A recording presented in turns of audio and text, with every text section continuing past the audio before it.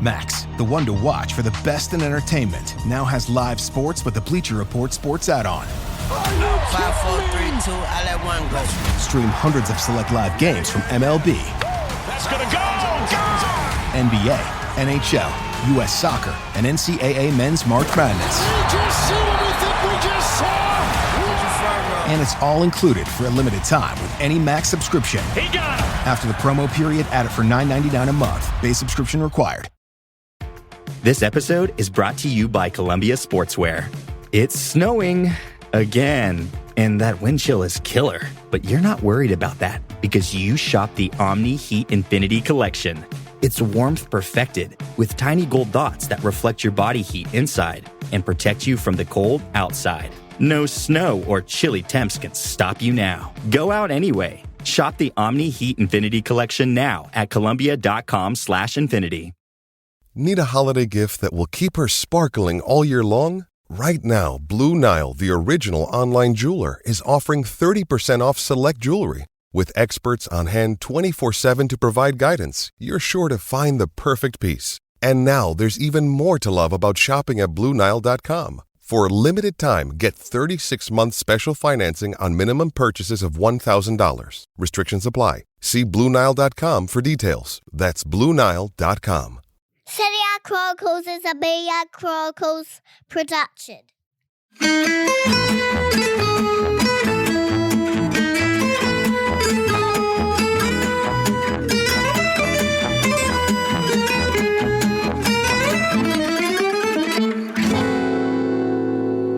Hello and welcome to the latest edition of the Serie A Chronicles podcast. We are back with a new guest this week. It's, as always, me and Mina here to talk about all the goings on in Italian football. We also have with us today Sacha Pisani, who is a digital producer at Stats Perform.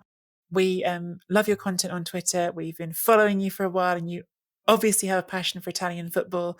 You did a fantastic interview with Christian Vieri a little while ago, which made us all very jealous because I've tried to get an interview with Christian Vieri so many times, and he's not an easy man to pin down, I have to say. Well, why don't we start there, Sacha? Tell us about Christian Vieri and getting to do that interview with him for the first time. Well, first of all, thanks for having me on as two of my favourite Serie A journos. Great to be on. Thank you. In terms of Vieri, that was a sort of passion project of mine that I've been trying for like 3 or 4 years. And it was just, reaching a dead end. Is it going to happen? Is it not? And finally just managed to make it happen. And I knew of, obviously him growing up in Australia. So I wanted something a bit different and his passion for cricket. So it was probably one of my favourite interviews, I've got to say. There's like a really fascinating, and obviously I'm sure Simon, not sure, I know Simon's family ties into, so it's a fascinating like Italian community in Australia that I think if people haven't been to Australia wouldn't know about, but a huge sort of, I guess, immigrant population from, I don't know, maybe you can tell me what time period it would have been when there were a lot of Italian families going over there, but there are a lot of Italians in Australia that I can see about, and therefore a lot of Italian football fans, which we like to hear about.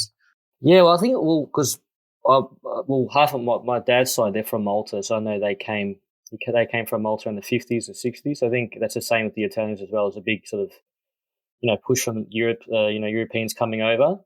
And yeah, just, I don't know if you know Lygon Street in Melbourne, but that's just like the Italian sort of hub.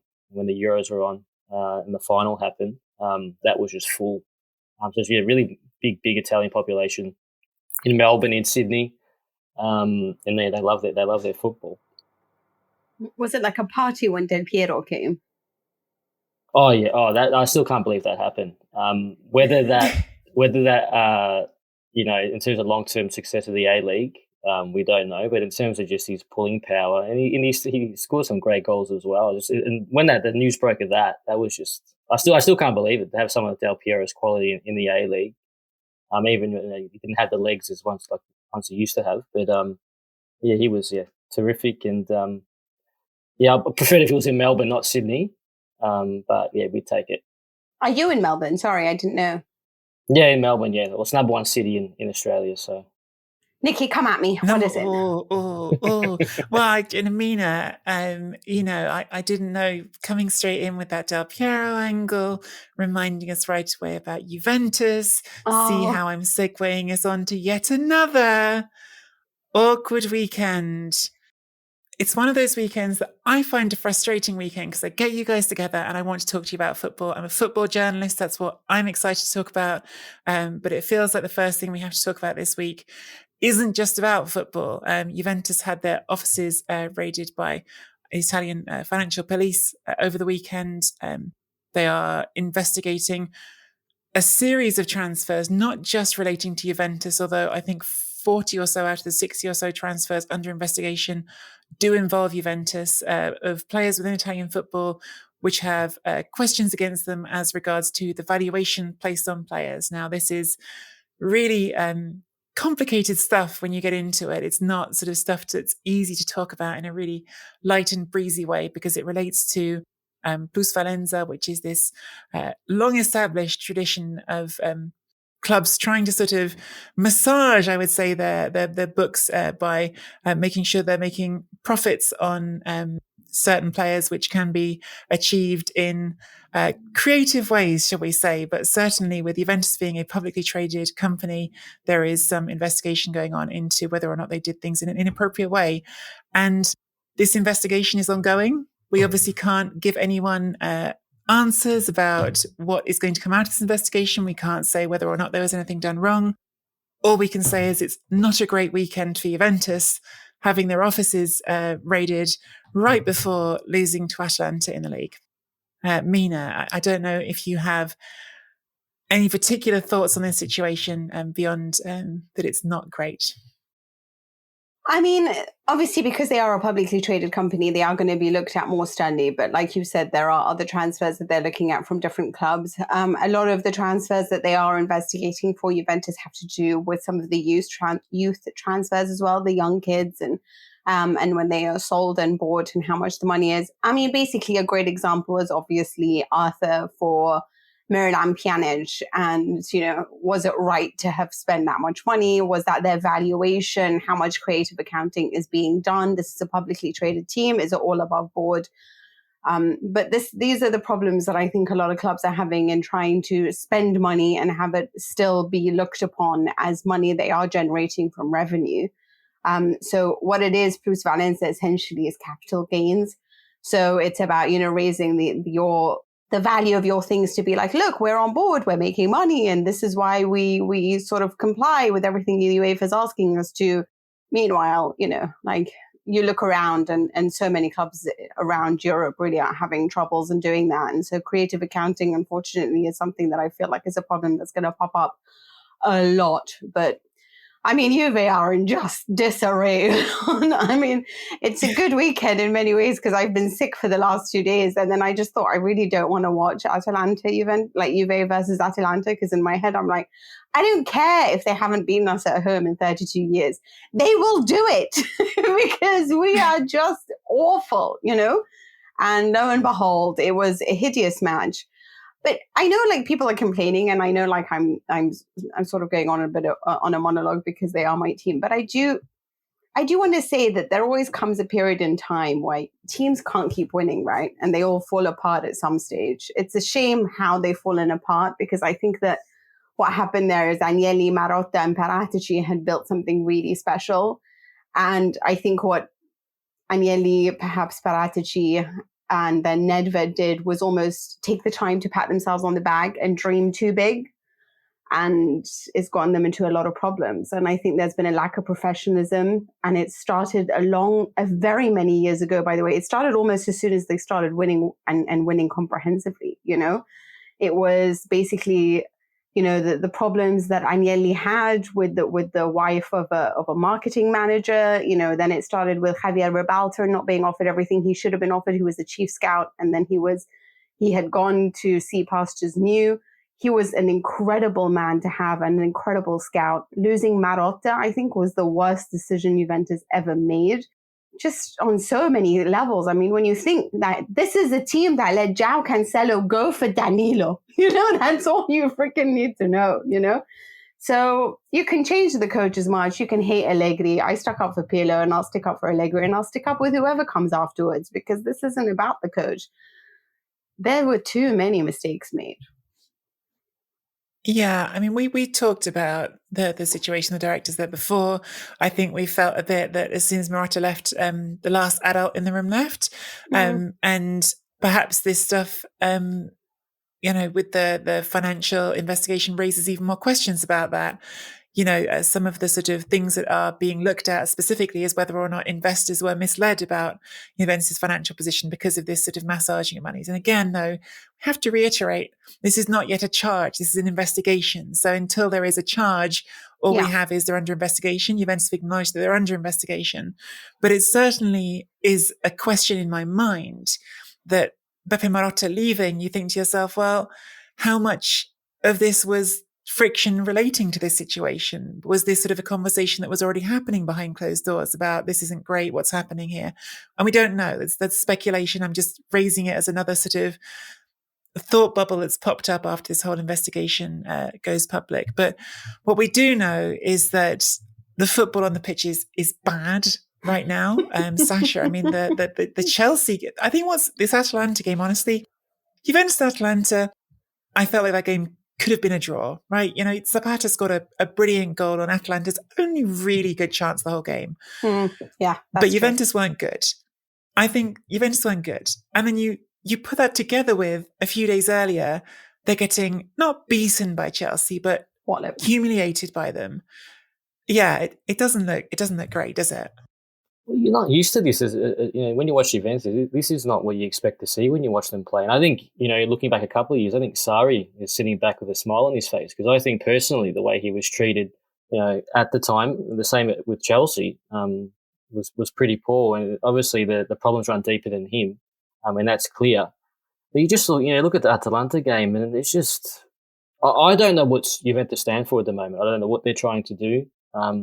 And the one thing as well, you look at De Ligt, the amount of money they spent on him, and you're just waiting for him to really, start to perform consistently. And, he's alongside Bonucci, who's experienced, but it sort of typifies their sort of problems at the moment. And, I wouldn't want to be a Juventus fan at the moment, that's for sure. That's actually a question that was in my mind, knowing you were coming on. I probably should have prepped you for this, Sacha, rather than throwing it at you mid-conversation. But obviously, your work has been looking on the stats side of things, has been on the analytics side. I was wondering if there's anything sort of that's come up in the numbers about Juventus that's really surprised you, or that you think people haven't paid attention to, that is relevant to how they're struggling at the moment. I think it's just a lot of just their general form. Like, you just look at the amount of games they've already lost this year compared to already lost 5 games. I think they lost only 6 in total last season. Their home form, it's just un-Juventus-like. You call me a bit off guard. Sorry, I threw that one at you without real warning. I should have asked you that. But I think it's just, the writing's on the wall. I think it's clear. They're just, all departments, they're in decline. People are calling, Allegri a dinosaur tactically. Whether he's that, I'm not sure. But whoever comes in is going to face the same problems, I think. You look at a lot of those players, that I don't think a lot of them are good enough for the club. And then the other problem is with their financial issues. It's not just a matter of dipping into the transfer market and fixing it with their financial problems. It's going to take a lot of time. So I think there might be a fair bit of pain to get back to where they want to be. I mean, do you remember when Adani came out recently? And I don't know, he did an interview. I actually don't know where he said this. It was something I read rather than something I actually listened to him say live. And he had said that Juventus had the best squad.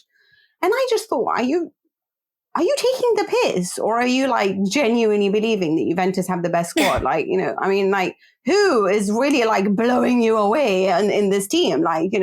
Is it the fact that Ramsey is on the pitch so often, or is it Arthur's, one pass before I fall and injure myself for 17 years, or who, Rabiot, who is it that is really stunning at the moment to watch? I mean, God, the one player who at times put a shift in at the back. I mean, they brought back Rugani and gave away Demiral, who was the best player for Atalanta at the back, And I'm thinking, once again, it's almost like, we scout these great players like Romero, who won Defender of the Year last year, and somehow he's at Atalanta We bring in Demiral, who puts in a great shift when De Ligt was injured in his first season, and then we give him to Atalanta. And somehow we're still stuck with the world's worst defenders. Alexandro is still playing, yeah? Rugani will never go away, okay? I feel so sorry for this player because I tend to go for him a lot, but what is the point? This is a Juve level player? Are you being serious here? Somebody needs to talk to me about this, otherwise it's a bunch of old centre-backs, which I love. I will always love Chiellini and Bonucci, and they can play till they're 100 for as far as I'm concerned. But you look at this team and Rabiot doesn't belong anywhere, yet somehow the guy plays for the French national team and is always starting for this Juventus side. So something's happening. Someone's sleeping with someone, because I don't know how this guy is starting so much, in midfield, okay? Maybe this is the medicine talking because I'm on a lot of it, okay? But Morata's a counter-attacking striker. He's not the guy that's going to get you 70 goals a season. And for you to put all your hopes on him, since when? Since when? You're idiots. You sold Ronaldo. Thought, yeah, fuck, we got Allegri back. So now we're going to... This is just ridiculous. A lot of the team is ridiculous. And there is no strategy. There's no clear identity. So for a team that's dependent on individuals starring, fine. But now the level of the individuals is going down too because they don't know what they're supposed to do. Poor Manuel Locatelli, who scores goals for fun from midfield, isn't that? Because now he has to be a director and shift and change. I don't know what happened to Chiesa up front. Dybala, God love him, is always injured. And yes, he can provide moments of magic, but, I don't know what the strategy is. I want to blame Allegri because I am so angry at the level of football that I'm watching at this moment. But I am going to stick up for him because I think, what else are you supposed to do with this rubbish team? Maybe not play Rabiot out on the wing sometimes like he has done throughout the season, Maybe it is Pellegrini is better than Sandro at the moment. I don't know what is happening, but at the end of the day, I stuck up for Pirlo. I will stick up for Allegri. There are some bad mistakes that you guys made on the transfer market. This is a bad team. And Adani telling me this, screw you. Inter have a great squad, So when Antonio Conte came out and said stuff like, we broke Juve's dominance. No, you didn't. Honestly, Spal could have broken it at that point. They couldn't even make top four, so you didn't break it. You had the best squad. You were facing a great Milan. You beat a great Milan. You didn't end Juve's dominance. They did that all on their own, And Sarri, God love him, Sacha, and I know that you feel sorry for him, but my God, watching Lazio today, if there's one man in this world I don't miss, it's watching him at my club. Get the hell away from me. And honestly, he is dull beyond comprehension when his teams don't listen to his tactics straight away, and it takes way too long for Sarri to get his tactics across. That's it from me. Sorry, guys. on Chiesa though, seriously, he must be thinking, what's he going to do at the end of the season? Is it worth him staying there? He seriously have to consider the direction of the club. There's talking of some big clubs following him. Would you want to stay? That's a serious question. I think he has to consider because he's shown he can perform on the biggest stage. Does he want to stick around for this kind of rebuild? I'm not sure. Chiesa's starting to bug me. I've been so a Chiesa believer. I've been so involved on that Chiesa bandwagon, and I was on it before the Euros. And the Euros swept me so much further along because he helped Italy to win the Euros. We're going to keep talking about how Italy won the Euros to distract ourselves from the fact they might not be in the World Cup. No. I really believed in him and as a footballer, but the last month or so, I'm really starting to ask myself, where are you? I've been on this show kicking Weston McKennie's, well, not kicking his bum because I'm not having a go at him, but I've been trying to knock him down a couple of pegs, I think, because sometimes I think people have been too much on that bandwagon just because he's American, basically.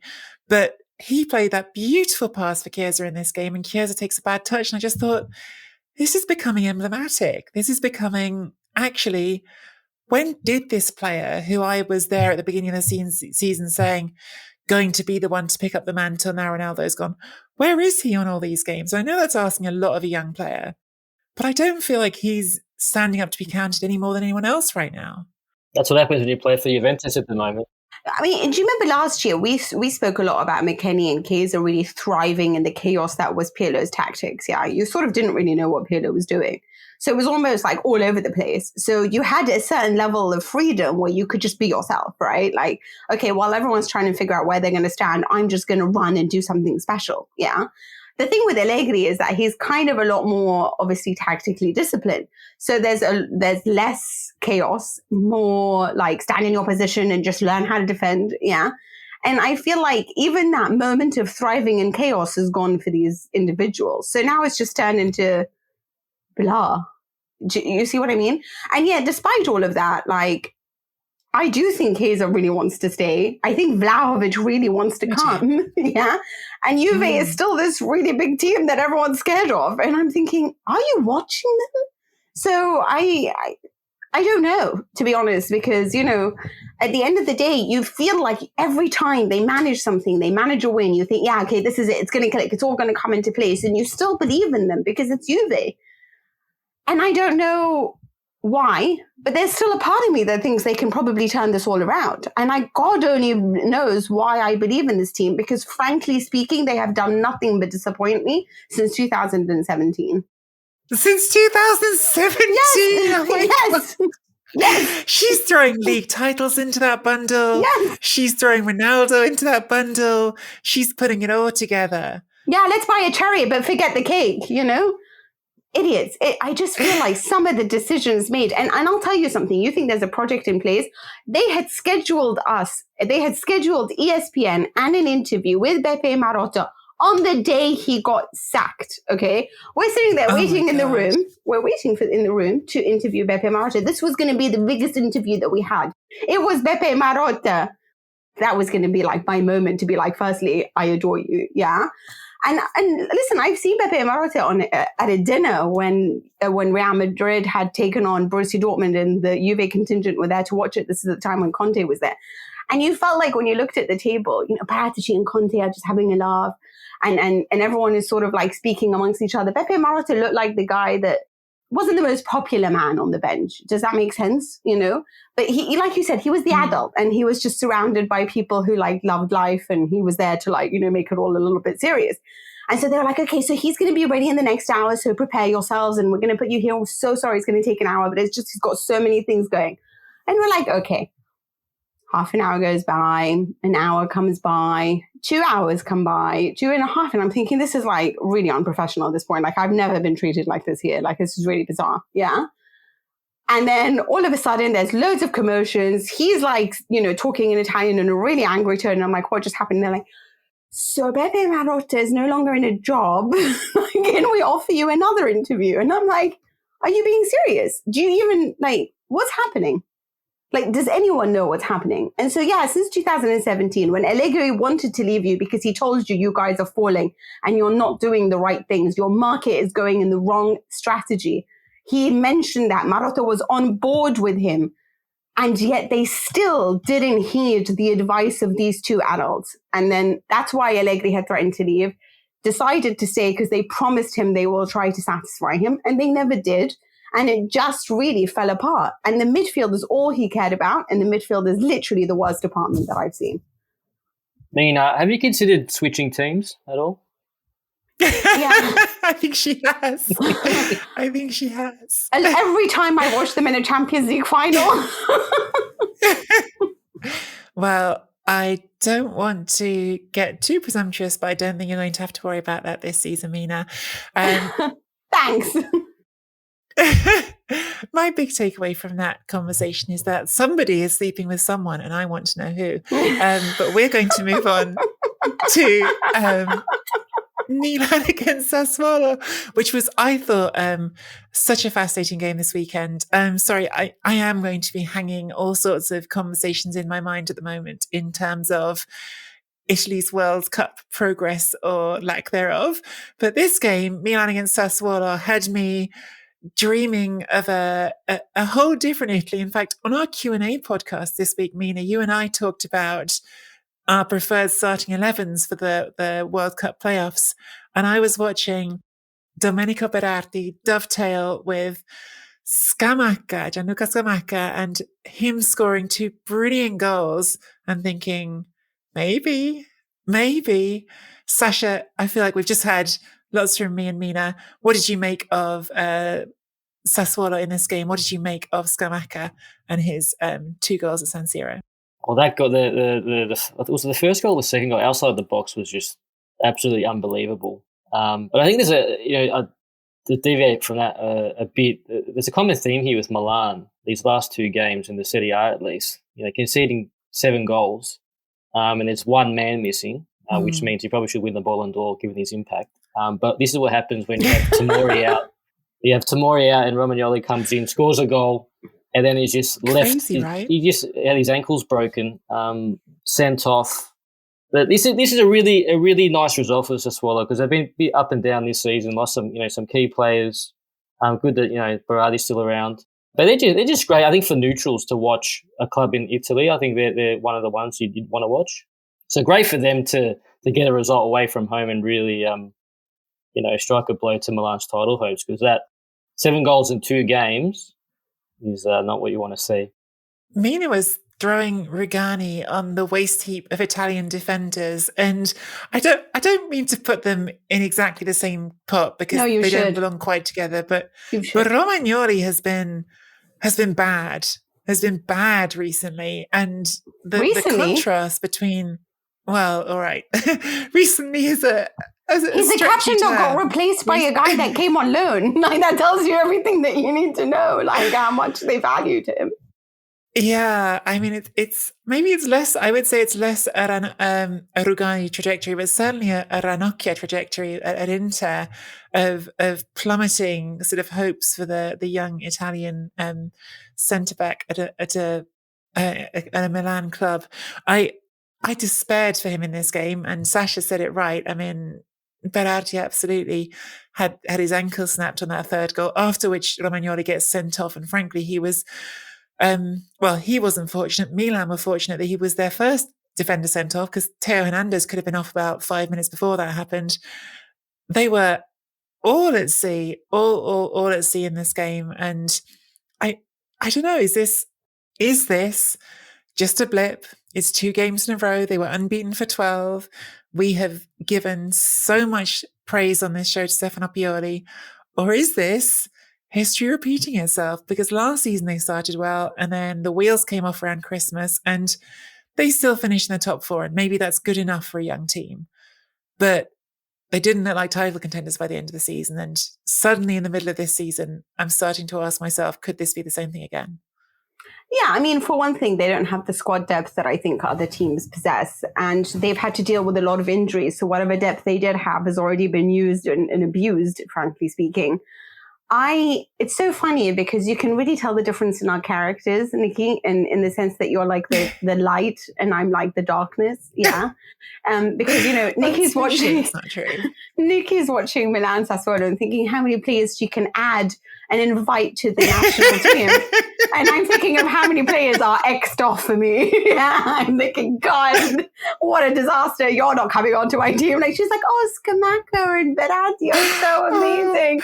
I love this idea I've now got of Mina sat there and there's a list and it's just got red ink all over it, and all that's left is Chiellini and Bonucci next to each other, and that's it. Idiot, what's wrong with you? And I'm like, completely. I told you, this is why if I ever owned a club, I would be like, who was it that I used to say? Zamparini. That's it. I would literally have everyone tagged. I thought this was interesting because Sacha was talking about, and I agree with you, Tomori has really made a difference and his absence makes a difference. Romagnoli, I've never been a fan of. I think there are some games that he really steps up in and has done well. I mean, but for a captain to have been ditched and Kayer to be the man alongside a player they had on loan in Tomori, who's obviously now a stalwart of the team and one of the main leaders at the back, that tells you all you need to know about how they believe and what they see in Romagnoli. And this is a team that gives a lot of chances. Theo Hernandez, people keep talking to me about how modern football is now about how a fullback attacks. Yes, but I still think the duality of the role makes a difference. And you have to be able to not do the kind of mistakes that Theo Hernandez does. And this is two giant mistakes in a row in Serie A that has cost your team, And he's lucky that it didn't cost them even more and him getting sent off. he is somebody who makes my heart beat too fast. And it annoys me to watch a player that I can't trust because I don't know whether he's going to be on the pitch, whether he's going to give the ball away. Offensively, he's tremendous. Defensively, I still think there is so much there that annoys me. And when people keep talking about how did Real Madrid let the best fullbacks go, Ferland Mendy doesn't do that. He understands the duality of the role. He may not attack like Theo Hernandez, but he's very good in the duality of the role. And I think you need to know the difference. And that's what makes the side and what works for their midfield. But I have an issue here with Bakayoko. I mean, he gave away, obviously, it was his poor pass that led to the Sassuolo goal, the first goal. And I know that he got his chance because, you know, he purely really liked the way that he's been playing. But it doesn't bode well because we've been talking about the Africa Cup of Nations, and Benacer and Kessié won't be available, but Tonali will. So is the other man Bakayoko. And I feel like he's another person who, like, doesn't have the beauty of Theo Hernandez, but has a lot of the mistakes that happens there. He's that person that, you know, he was so close to a red card a few games ago when he played. He does sometimes pull off these types of, you know, drops off in concentration. I don't know. I look at this team and I think a few absences here and there, and they don't have enough to carry them through. And especially not when they're up against a side that will keep pushing. And I thought that was what was clever about Sassuolo, is they didn't give up. They kept pushing further and further. It's like they had learned and seen what Fiorentina did and decided, you know what, we're going to do exactly the same. And when you play against like that, a team that has just played in the Champions League and achieved a remarkable win, there is obviously the potential for you to win that. Sacha, I'm conscious we haven't got you for too much longer, and I definitely want to hear. I mean, first of all, I do want your thoughts on this Milan team and their sort of trajectory right now, but also if there's other sort of things you want to say about this weekend and the season while we've got you on. I don't want to miss those either. So first of all, what do you think of Milan? Where do you see this heading? Well, it's obviously not easy to play against Atletico, especially in Spain. And to get that result, it can be quite taxing. It's a great result. I thought they would have been on a high coming back, you know, to keep that pressure on Napoli and Inter as well. I think Inter sitting back at these results, and I think they're looming really large at the moment. The squad they have, the depth they have, not many can come close to that. So I think they're sitting back with a smile on their face. But with Milan, you know, Pioli's done fantastic. I was probably one, and I think a lot when he was first appointed, we're taken aback a bit by them turning to him, given the Inter history, and he's jumping around different jobs. But he's done well. Whether he can take him to the next level, I'm not sure. But he's done a fantastic job. It's still early, but you don't want to drop too many more games if you want to keep up with Napoli and Inter. Do you think they can win the title and qualify for the next 16? I know this is very presumptuous for us to ask. I think they can win the league, but a lot of things have to go right. I think they have to stay fit. Drew spend a lot of time out. Ibra, you're relying on two guys to stay fit. Their midfield has to stand up. They can do it. I don't know. I think personally for me, if Napoli don't win it this season, I don't know when they will. I agree with that. I think the stars are aligning for them the way they're playing. Maradona, a year on, the statue tonight. Yeah, I like how you just switched on our time zone. Very much mourning for Sacha right now. If they don't win it this season, I don't think. I can't see him winning it. So the way they're playing, then the goals they scored this morning on the Napoli game against Lazio. I know you're not a big fan of Sarri, Mina, and I think I appreciate him maybe just given the similarities with him and an Aussie coach and Ange Postecoglou and them trying to get their philosophies across. But the goals they scored, I think, and Mertens as well. We forget about Osimhen's been playing so well, but now the pressure's back on him to stay fit. The all-time leading goal scorer. His numbers speak for himself. We've probably forgotten a bit about him, given the sort of injuries and him being on the bench a little bit. But I think it's important for him to stay fit while he's away. They keep this Scudetto charge on. So I'll be watching them closely. I think Spalletti, what he's doing there, probably exceeded my expectations a bit. But yeah, they're probably the team for me at the moment. Yeah, I'm so knee-jerky at the moment, though. Every weekend I see something and I'm like, this is what's happening. This is what's happening. I thought Napoli were brilliant this weekend. And I actually really agree with that point you just made about if it's not now, then when? Because it feels like we're at this weird juncture with Napoli, which is that there is enough left actually of what Sarri did. And in fact, Mina, when she talks about how long does Sarri need to get Lazio working, I was like, well, how long is it now since he left Napoli? Maybe that's how many years he needs. He just plants a seed and then leaves it for 5 years and comes back. And Spalletti just happens to be the man who's walking through town and can reap the harvest for him.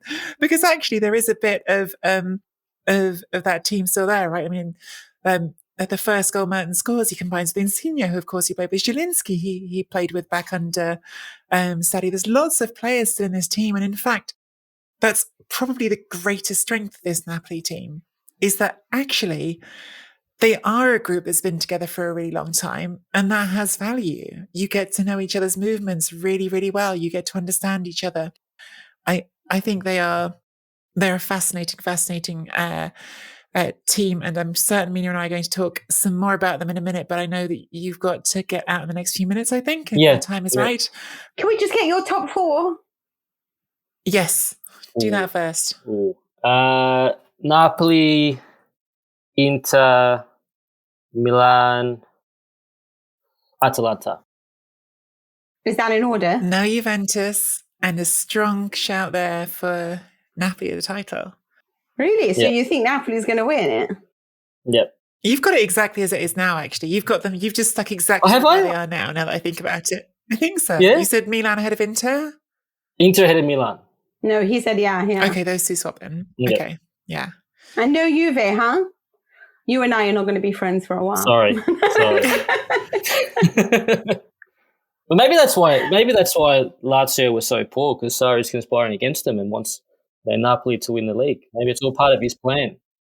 I think Sarri's an undercover agent. I think that he's been sent out there to just ruin the teams and make sure that, because do you remember when we played Napoli and he said, well, if there was a team that I'm going to lose to, it's like, why do you sing them a song already? You know? Now he's at Lazio, and it's I'm not going to do Nima's gif, but you know what I'm talking about. I mean, oh my God. 4 goals. No, I don't mean act it out. Jesus Christ, get your mind out the gutter. There is a part of me that thinks, do you remember when Marcello Lippi joined Inter? And I thought that was such an undercover, destruction of Inter, undercover. He bought the Turkish national team, and then just, Inter fell apart, And I feel like that's what Sarri is doing. He's going to just go from team to team and make sure that Napoli shines. Sasha, before you go, there's an article you've written, recent article on Venezia, from bankruptcy to global fashion icon, the rise of Italy's Renaissance team. You've written an article about Venezia. Now, this is very well timed, because I think we might have a special guest on from Venezia next week. I'm not sure if I should say a name just yet, but we might have a guest from Venezia's first team coming on to join us next week. Tell us about Venezia and what you was so exciting to you writing this article. Just there, I love football, but for people that aren't sort of into football, I think they're the hipsters team at the moment. They're a fashion icon. They make them interesting, and a beautiful city. And the playoff last season stuck out to me. The celebrations on the pitch in Serie B. I thought I'd have a chat to their president and just their approach to their marketing, and switching from Nike to Kappa. So a really appealing team, and they actually have a really good young team. I think people forget. Not spending a lot of money. They got a good, promising young coach. Fell short this week, obviously, against Inter, but 2 good results. And I think they might surprise a few this season. Yeah, I'm really interested in the last few years of that club, because I was fortunate to go over there and interview Joe Tacopino when he was in charge there, and look at the direction they were taking then. It's obviously moved on since then. I'm slightly curious to know what the current ownership think of Tacopino, because he was quite a character. I don't know if that came up much during your conversation, Sasha, or if that's... I'll have to save that one for my own digging. We will link to that article in the show notes, so if you want to read more about Venezia, it'll be there. Do check that out, guys. Do go find Sacha online. Sasha, I don't know your Twitter handle off the top of my head. What is your Twitter handle? So it's just Sachko, so SACHK0. Go follow Sacha. He's a great follow on Twitter. Is there anything else you would like to promote while you're on with us? Just your show. I love your show, and big fan of your work. So just make sure you listen to the podcast. It's very sweet. You might be sucking up to a spit now, Mina. I'm not sure. Forza Juve, Sacha, just say that, and we're solid. Even though I've just don't you dare. Even though I've just thrown them under the bus. I can't do it. I can't do it. Forza Sari. Forza Sari. Okay. We will take. I like Sari as a man. We will take a quick break in the show here, and we'll be back in a minute with just me and Mina. We might have another quick chat about Napoli Lazio, and then we've got Venezia, Inter, and everything else happening this weekend right with you after this little break. Thanks, Sacha. Thanks for having me. Thanks, Sacha. Really appreciate it. That was good. You're on brilliant form, Mina. I'm absolutely loving it. We're going to give you this medicine every week.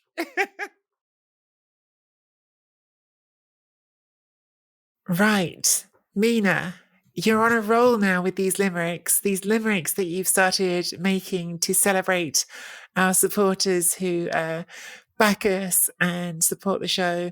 And so I've heard you might have another one ready for us. Yes, but I've gone off an Apple review this time around. I'm not going to read the review because it's very nice, but I am going to say it's from Telemarca. And I don't know if this one is going to be like as funny as everyone keeps talking to me about hormones. I obviously use that in my first limerick, but it's not going to be mentioned in everyone. So, okay, here it goes. Telemarca wrote, I hadn't paid attention to Serie A before. What's wrong with the world? Is it all crime dramas and gore? You now love the league, you raved. Nikki and Mina will be great. For a bunch of argumentative women, with you we shall not debate. While you want history and nostalgia to remind you of Calcio's splendor, we shall deny your request for a gelato and offer instead a cheeky bender. That's it. You're too good at these. You're too good at these. Is it the plaster? I was... Do I have I earned I was it? going to say... I was trying to remember if this came up on air or if this was off air, that you were saying that when you were a kid, you used to wear a plaster in homage to Nelly. The great Nelly.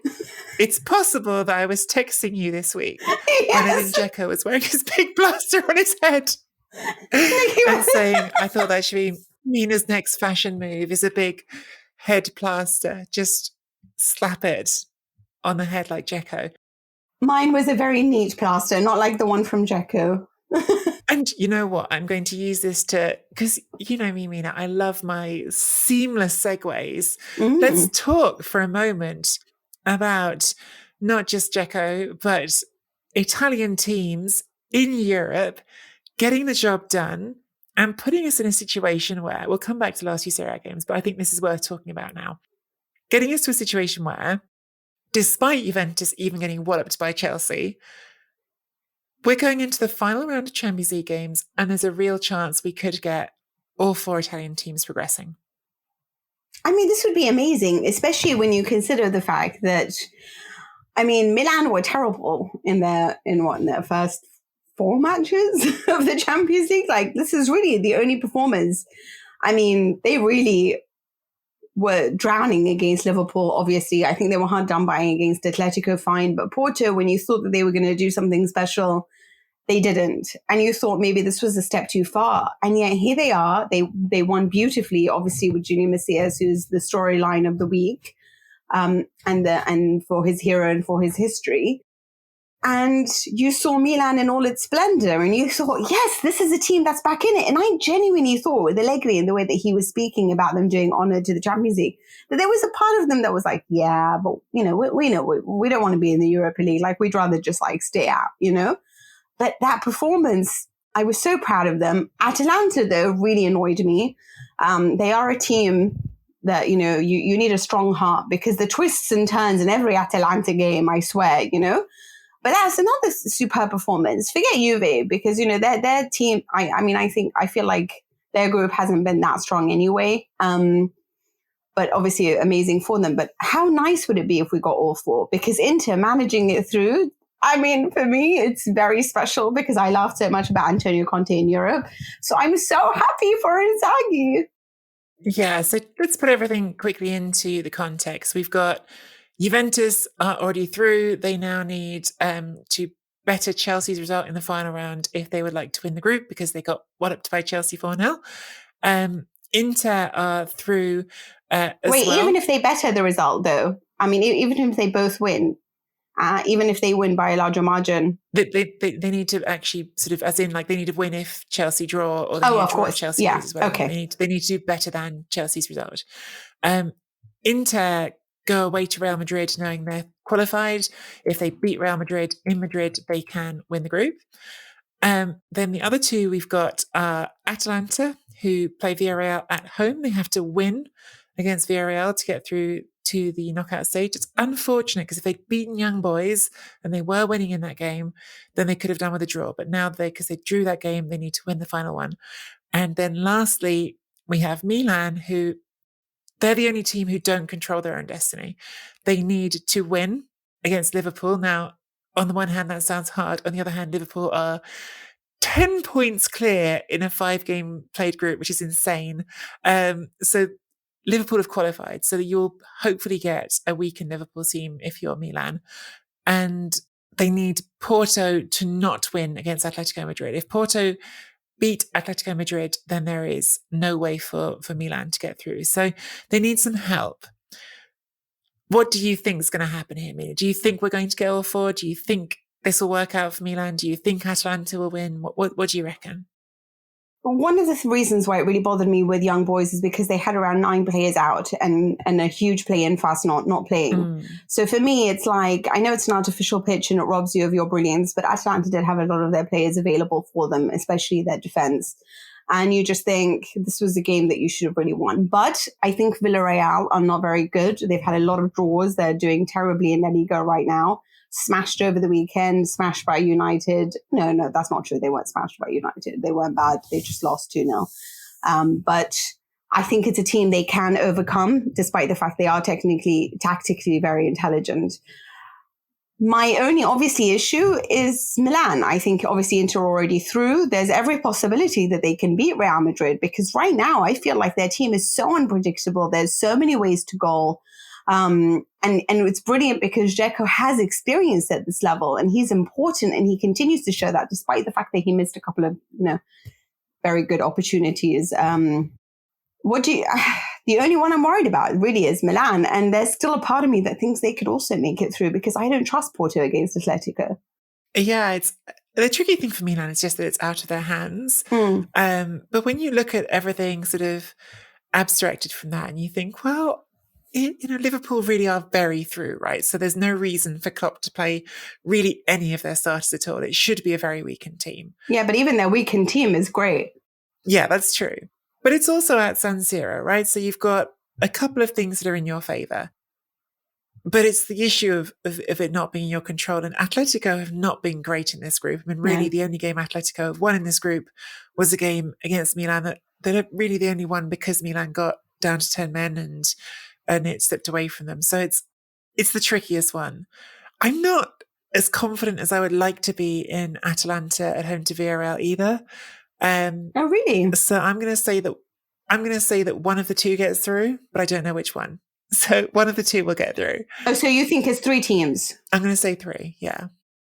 I was going to say to you, because it's a little bit like, do you remember how we said, like, does it matter if Italy qualify for the World Cup as long as we won the Euros? Like, would you trade that if you had been told that or asked that question in the beginning, Like, you will miss out on the World Cups, but you will get the Euros, like that trophy. What would you do? Yeah.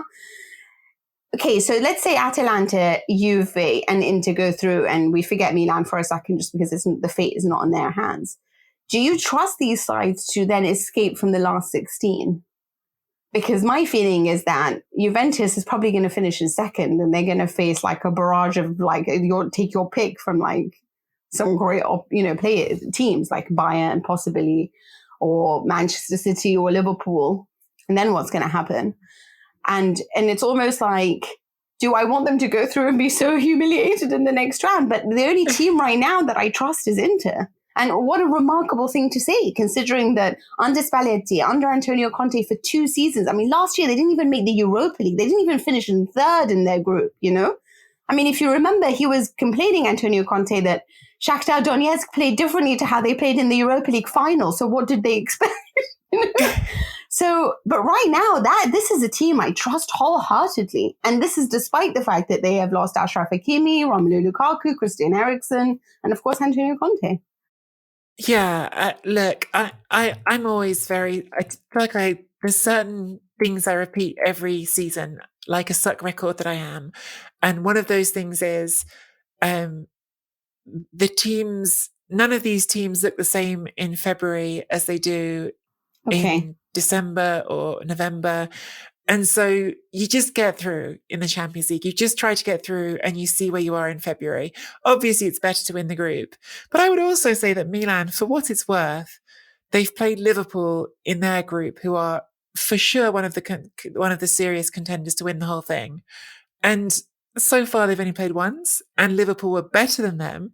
But I didn't think Milan were humiliated at Anfield. I thought Milan were actually very good at Anfield.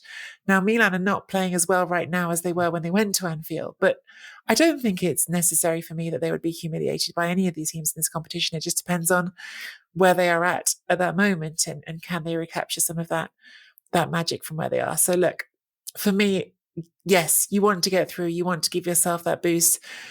I'm certain there's some sort of dilemmas for Pioli right now in terms of game-to-game selection when there's all these games coming thick and fast. We've got a midweek round coming up after this podcast, and not wanting to sort of burn everyone out. And the Champions League, and you think, oh, if it's not even in our hands, can I prioritize that? But for me, yeah, it's one more game. You give it everything you've got and you try to get through. And who knows, in February, you could even have some new players because there's a transfer window between now and then. Yes. And then Vlahovic will come. Who knows? Who knows? Let's bring it back to Serie A then from there. So we were talking about Napoli and Lazio with Sacha before we came out. Napoli, who, of course, they lost, didn't they? Napoli are making hard work of getting out of that Europa League group. Well, I thought it was really funny because obviously it was against Spartak Moscow, and Spalletti had that whole drama with the handshake, you know. So that was brilliant to watch because, I mean, it's still being spoken about, and they totally trolled him. They can't seem to get over it. And a lot was centered around the fact that he refused to shake the hand of the coach after the game. He said, well, he didn't want to shake my hand and went to welcome me into the stadium, so why should I shake his hand when he won? And I saw the point in that. I was like, yeah, I get that, you know? And he was then at St. Petersburg's manager. But a lot has been said about how this team will cope after having suffered their first loss. They suffered a loss midweek. They've lost, obviously, Anguissa. They've lost Osimhen.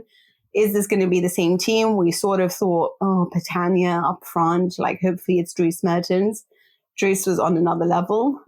And I guess... Yeah. What do you think? Like, are you like, okay, no, Napoli can do it without these guys? What do you think? It's really hard because we're recording this on Sunday night. We normally record on Monday. We're recording this on Sunday night. And I'm still probably a bit swept up in the sort of immediacy of that game against Lazio. And Mertens was wonderful. And you forget how wonderful Dries Mertens can be. You know, I love the way he interprets the number 9 job. I love what he does with it. I think he's a spellbinding footballer who can be absolutely brilliant. And the only question that you have to ask yourself is, okay, but he's not a young man. Is this going to be sustainable, or is this just like a beautiful moment that's happening? And actually, in a couple of weeks, we'll be going, no, you need Osimhen back. It's just a sort of you know, he can't sustain those levels anymore. But then, you know, he's not an old man either compared to some others who are doing it in Serie A. So I don't know is the answer. I love the idea of it because, as I was saying when Sacha was on just a few minutes ago, this is, in some ways, there's some great bits of what Sarri made still there that still work. Like, you've still got that connection with Insigne. You've still got that connection with Zielinski. You've still got an attack that works there. So it certainly gave me more belief that this can work, but time will tell. I think time will tell on this one for sure. You see, I have an issue with this because I find it very hard to draw any conclusions from this match. You know, everyone was like, obviously it's an amazing thing to think that you can still rely on Mertens. And obviously, like you're saying, the connections and that yes, it's a huge loss not to have Anguissa and Osimhen, but this is a team that is so strong. Spalletti has built really something special. But I don't know why. I'm just not sure about the squad, because I think that loss showed us a lot. And I'm wondering why. And I feel like Lazio have this issue. I mean, Maurizio Sarri has this issue with playing in Europe and then playing so soon in Serie A. He wants the games to be on Monday. He's made that abundantly clear. And sometimes I feel like he goes out there to prove that this is important. You know, it's like he's on a mission, even if it means the destruction of his team, you know? For you to concede, 3 goals in the first 29 minutes of the match, like, I mean, Napoli are brilliant. They're brilliant when they are allowed to express the quality of their technical players altogether offensively. They are a stunning side to watch. But they come up against a physical side who show them and bully them. I don't believe in Napoli. And my feeling is that why did Lazio, and this is another thing that I have with Sarri that annoys me, is that he never sort of prepares the match from the point of view of who the opponent is and what their weaknesses are. He always goes with, let's do the best that we can through our ideology and our philosophy and put our best foot forward in how we play. But what if your style of play makes it so easy for the opponent to go through you? And it's like he doesn't care about that. He doesn't try to adjust that. I mean, Guardiola overthinks it and he adjusts maybe too much sometimes. But it's like with Sarri, it's not even a thought. And I feel like it was made so easy that I don't know if I can draw any conclusions with this. But for me, there's a blueprint that has been laid down by Inter. And if somebody follows that and bullies this team, you know, I'm interested to see what happens, because I'm not yet sure of how they perform when you are actually pressing and strangling them and pushing the center of gravity up and forcing them back, whether they are a strong team. But right now, like I said, I go back to the fact that I don't think anyone's as good as Inter. Yeah, and I mean, the counterpoint to that comes up right away as well. Who else can do them to that like Inter? Because Inter, as we've discussed, might have the best squad in the league. I think the other thing that just I wanted to sort of say about Napoli before I'm done talking about them anyway, is just the one other thought in my head, which I get really fascinated by these dynamics. I think you can see this in other sports as well. We talk about individual coaches and what they bring to situations and, it's all about them. But actually, like the joke I made earlier on about Sarri and leaving his sort of 5-year foundations to be collected by someone else, I do think there is something sometimes in how managers who succeed each other, how their ideas just collide. And sometimes you actually get a recipe that works, right? You get a bit of this and a bit of that, and it actually makes for a year or two this perfect mix of ideas. And the one thing that just came into my head watching the game tonight was, you know, the history of false nines goes back a very, very long way before Luciano Spalletti. But Luciano Spalletti formed one of the sort of iconic false nine teams of modern Italian football at Roma in 2006, where he didn't have a centre forward, and so he put Totti there and it worked. And there's just this little bit of history repeating, right? Like he had a centre forward, his centre forward's gone. Here's the guy who knows how to make a false nine work, you know, and here's a guy who Mertens has played as a number 9 for a long time, but I remember when I interviewed him years ago in Naples, talking to him about that, and he said, I don't think I'll ever be like a true number 9, because, and at the time he compared himself to Higuain, because Higuain had been at Napoli before. He said Higuain wakes up with goals in his eyes, like he sees the goal like as soon as he wakes up in the morning. He says, I'll never be like that. So he is still a false 9, even though he's played there for a long time. And I'm curious about how that marriage could lead somewhere. But anything else you want to say on that game, Napoli-Lazio? Is there anything else you got? No, I just want to come back to what you're saying. And I think that is it's so true. It's just about, you know, having similar ideas and picking that up. And I do think Marcello Lippi for his 2006 squad for the World Cup was really influenced by what Spalletti did in the false number 9 and the chemistry of the different players in the Roma squad, which is why sometimes for like Mancini's Azzurri, I want them to preserve, you know, like Locatelli, Berardi, you know, that those kind of like the even sometimes you can see the Pescara connection with Verratti, and, you know, like, and I want that fluidity and chemistry to stay, because why our backline has been so good is because Bonucci and Chiellini play for Juve and Italy, and I want to preserve like all of those different chemistry, because you can never take it away from them. Once you have chemistry, it stays forever. It's like the bicycle, you know? I agree. It's so true. It's so true. Other games in Serie A this weekend we haven't talked about. Roma Torino. I know you had some thoughts on this one, Mina. An important win for Mourinho. Yeah, huge win for them. I'm really happy Tammy Abraham got the goal.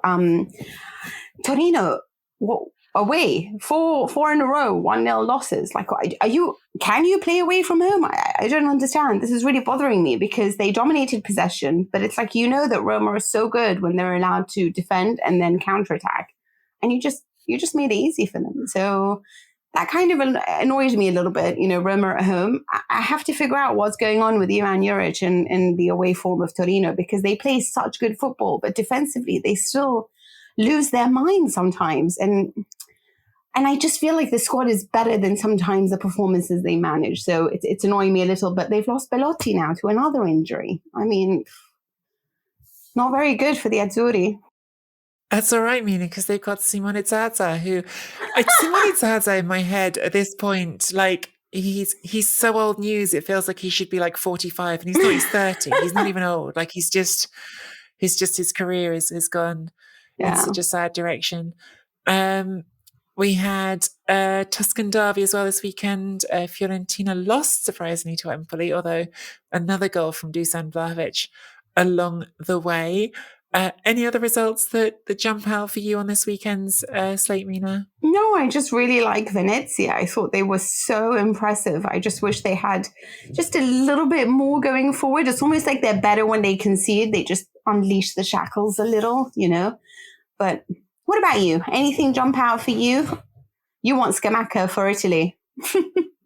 Well, now you said that, actually, I was just thinking we didn't really talk much about Inter, did we, this week? It's another good win for Inter. And as you said, Venezia are not pushovers at the moment. Çalhanoğlu with another goal from outside the box. They are definitely, they have closed the gap now on Milan to a single point. They're still 4 behind Napoli because they both won, but they are definitely the team right now that you look at and you think, that's a team with the bit between its teeth and they're heading somewhere. And sorry to all the Inter fans that we haven't talked more about you this week, but there's been a lot to talk about. And even though you did win this week, it was a win we were expecting. So I suppose we had other games that were a bit more gobbling up our attention, but we're definitely not sleeping on how good you've been. And I think certainly that midweek win in the Champions League reinforced it. Like you said, Mina, like you're looking at that team and thinking, this is the team that's going somewhere right now. And I agree with you that I think they can beat Madrid and win that group. So definitely a team on the up. And they've got a very amenable game coming up on Wednesday at home to Spezia, whereas Napoli go away to Sassuolo, which, as we've just seen, not pushovers at the moment. So interesting midweek round coming up. Is this because you want to tell me any that other business? Salernitana could beat Juve? That would be just, I mean, if this happens, like... Well, let's not forget that Atalanta's win over Juventus was the first time Atalanta have won away to Juventus since 1989, as Martin de Roon pointed out on Twitter, since before he was born, and probably most of that Atalanta team as well. You know, they're the best away team in the top 5 leagues. They've won the most away matches. I don't know what that says about their home form, but it does show that they love being away from home. They do. They like being on the road. We've had one of the big sort of item that we've touched on in this show we haven't talked about directly. Of course, since we last recorded, they had the draw for the World Cup qualifying. Italy got North Macedonia in the first round. They will get that game at home, and then it will be away to either Turkey or Portugal in the second round, neither of which will be fun. I'll admit that I'm definitely hoping that Turkey can pull off the upset there, because none of us like the idea of having to face Ronaldo, Cristiano Ronaldo potentially deciding, potentially standing in the way of a World Cup trip. But yes, got to beat North Macedonia first, so let's not take that for granted, given how hard we found it scoring goals recently. Yeah, I mean, everyone was saying it's going to be Italy versus Portugal, and I was like, well, I mean, don't be too harsh, but I get that North Macedonia people might not, you know, but I think Turkey is really tough for Portugal, actually, you know. And they do, like, I mean, they have Çalhanoğlu, they have Demiral, they have, like, you know, the whole Lille team that won the title last season. So I don't think that's going to be so easy either. I sort of hate the way that it's been done, because you're depriving us of either Italy or Portugal. And I don't know. And then you look at some of the other draws and you're thinking it's a shame those two ended up in the same path. Yeah, definitely. Right. I think we've been wittering on. I mean that in a lovely way, but I feel like I've been wittering on too much, and we need to bring this to a close now. Mina. I shall take it away. You can take it away now.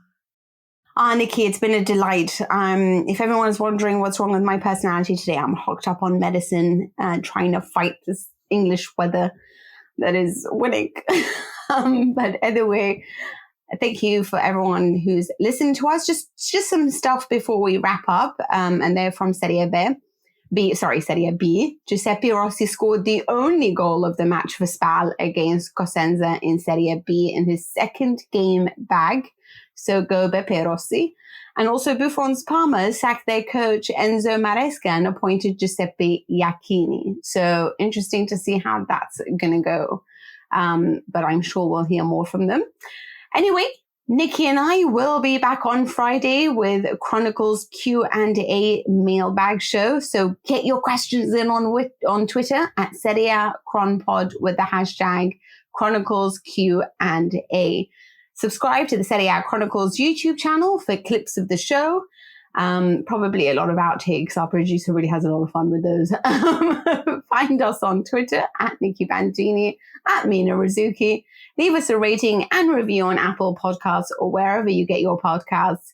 And if I haven't threatened you enough about it, make sure they're amazing reviews. Thank you all. Thank you to Nikki, who's always smiling. Only the best reviews. I'm just mouthing things at Mina and putting him off. I'm sorry. Sorry, Mina. I love it. But we also want to say a great big thank you to Sacha Pisani for joining us on the show. And we will have another special guest for you next week. And it might just be a Serie A player. So tune in and ciao for now.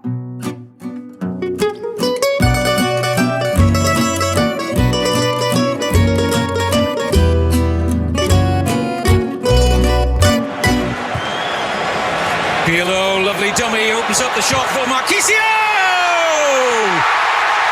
Italy in front!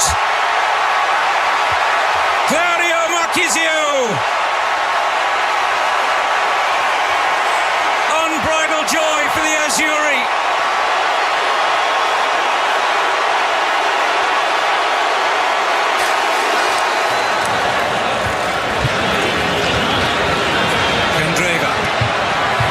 Space for the cross, and there's Balotelli! It's Super Mario for the Azzurri!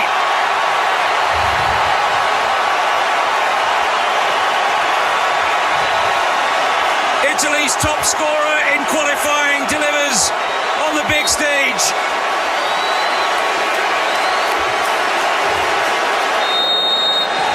And Italy, and it's Mario Balotelli with a winning goal. Sports Social Podcast Network. Okay, round two. Name something that's not boring. A laundry? Ooh, a book club. Computer solitaire, huh? Ah, oh, sorry, we were looking for Chumba Casino. That's right, ChumbaCasino.com has over 100 casino-style games. Join today and play for free for your chance to redeem some serious prizes. ChumbaCasino.com. No purchase necessary. Void where prohibited by law. 18+ terms and conditions apply. See website for details.